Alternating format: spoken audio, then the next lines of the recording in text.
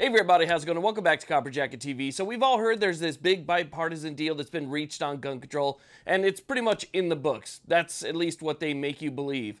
But not so fast. It might be falling apart. Let's talk about it.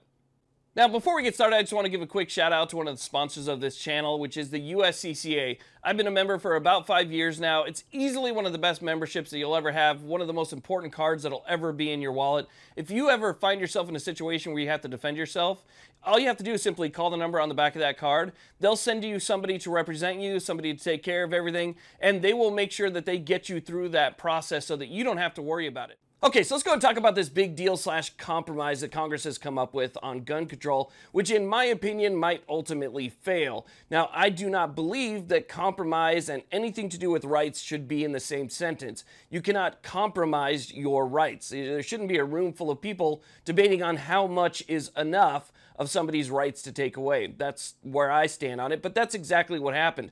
You had a bunch of people sitting in the room from both sides of the aisle, and essentially what they came up with so far is like a verbal agreement, right? A verbal structure on what they would accept on each side. So one side said they want this, the other side said that they want that, and they came up with an agreement that this little bit of infringement is just enough. So that's what we're going to go with. If you agree with that, I agree with that, and so forth.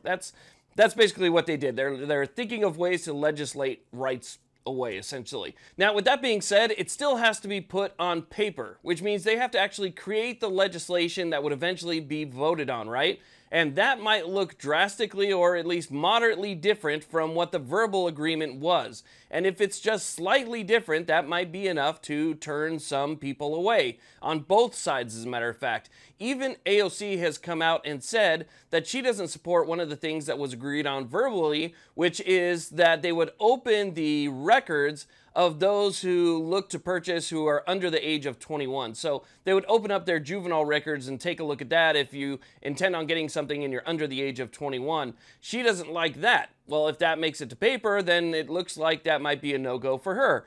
But on the other side, Republicans have said that once the structure is actually made and the legislation is actually written, if it's, not exactly like they like, then they're not going to go for that either. So essentially what we have here still, to this day, are a bunch of people in a room who can't agree on anything, which is really just Congress in a nutshell, right? I mean, that's basically what stops just about everything that goes through there from happening.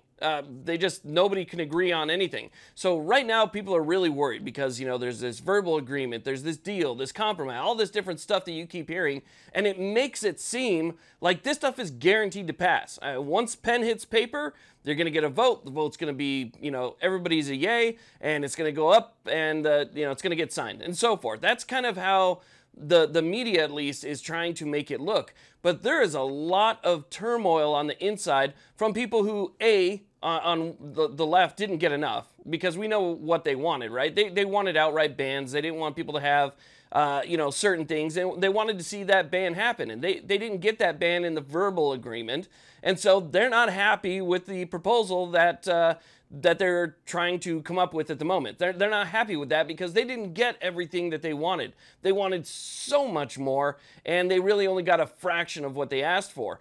So don't be fooled into thinking that this is the end of the road, right? This is the end of the line. This is what's going to happen, and that's the final story. I don't need to call my senator or do anything else. You still need to write or call your senator to voice your opinion, because there is still a lot of bickering, internal bickering. There's still a lot of politics that need to be played. There's still a lot of verbiage that's going to come out in the legislation.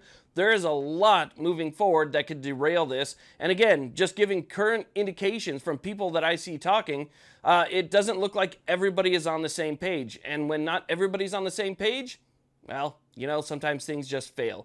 And so we'll see what happens moving forward. But again, don't believe all the hype. It's not a done deal yet. So stay tuned, and if we have any updates and legislation actually comes out, and we'll follow the process, and I'll try and bring it all to you.